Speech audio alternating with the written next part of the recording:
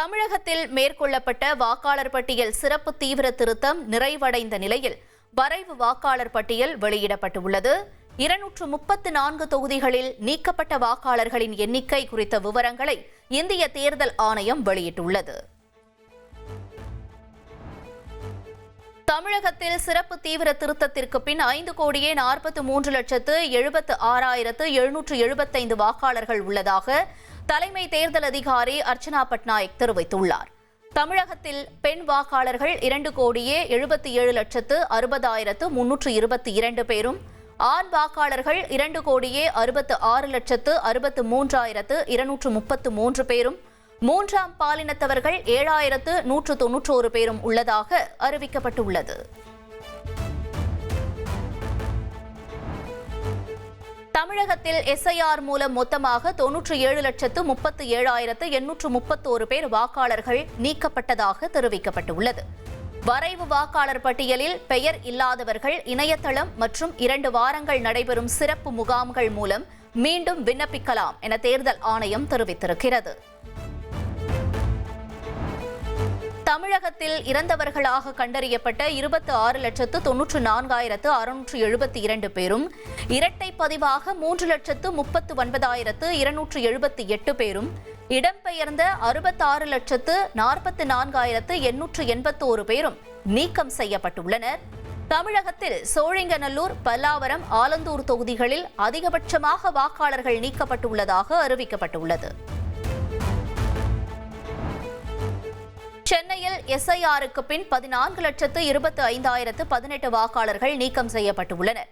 பெண் வாக்காளர்கள் 13,31,243 பேரும், ஆண் வாக்காளர்கள் 12,47,690 பேரும், மூன்றாம் பாலினத்தவர் 743 பேரும் நீக்கப்பட்டுள்ளனர்.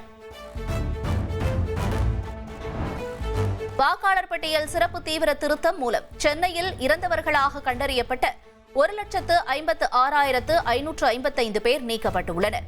குடிபெயர்ந்தவர்கள் 12,22,164 பேரும், முகவரி இல்லாதவர்கள் 27,328 பேரும் நீக்கப்பட்டுள்ளனர். சேலம் மாவட்டத்தில் 3,62,429 வாக்காளர்கள் நீக்கம் செய்யப்பட்டுள்ளனர்.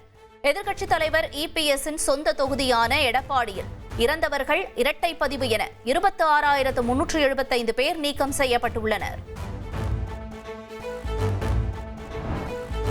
செங்கல்பட்டு மாவட்டத்தில் மொத்தமாக 7,01,901 வாக்காளர்கள் நீக்கம் செய்யப்பட்டுள்ளனர்.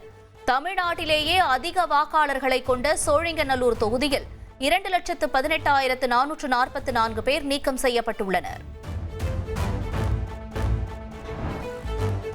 கடந்த 1ஆம் தேதி தொடங்கிய நாடாளுமன்ற குளிர்கால கூட்டத்தொடர் நிறைவடைந்தது. 100 நாள் வேலை திட்ட பெயர் மாற்றம், அணுமின் உற்பத்தியில் தனியாருக்கு அனுமதி உள்ளிட்ட முக்கிய மசோதாக்கள் நிறைவேற்றப்பட்டுள்ள நிலையில் இரு அவைகளும் தேதி குறிப்பிடாமல் ஒத்திவைக்கப்பட்டுள்ளது. 100 நாள் வேலை திட்டத்தின் பெயர் மாற்றத்திற்கு எதிர்க்கட்சிகள் கடும் எதிர்ப்பு. நாடாளுமன்ற வளாகத்தில் பேரணியாக சென்று எதிர்ப்பை பதிவு செய்த எதிர்க்கட்சி எம்பிக்கள். ஆபரண தங்கத்தின் விலை சவரனுக்கு 480 ரூபாய் குறைந்துள்ளது. சென்னையில் ஒரு சவரன் ஆபரண தங்கம் 99,040 ரூபாய்க்கு விற்பனை செய்யப்படுகிறது. வட மாநிலங்களில் தொடரும் பனிமூட்டத்தால் டெல்லியில் 79 விமானங்களின் சேவை ரத்து செய்யப்பட்டுள்ளது. டெல்லி ரயில் நிலையத்திற்கு சென்றடைய வேண்டிய 60 ரயில்கள் 2 மணி நேரம் தாமதமாக வந்ததால் பயணிகள் கடும் அவதியடைந்தனர்.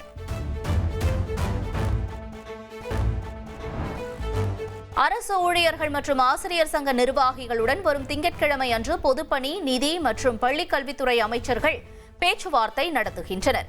தமிழ்நாடு அரசு ஊழியர்கள் மற்றும் ஆசிரியர் சங்கங்களின் பல்வேறு கோரிக்கைகள் தொடர்பாக கேட்டறிகின்றனர்.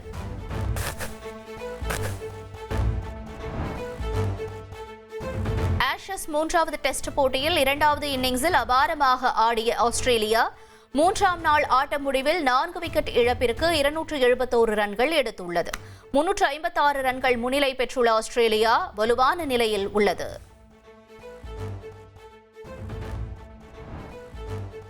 T20 உலகக்கோப்பை கிரிக்கெட் போட்டிக்கான இந்திய அணி நாளை அறிவிக்கப்பட உள்ளதாக தகவல் வெளியாகியுள்ளது. போட்டித் தொடர் பிப்ரவரி மாதம் தொடங்கும் நிலையில் அணியில் யார் யார் இடம்பெறுவார்கள் என்ற எதிர்பார்ப்பு எழுந்துள்ளது.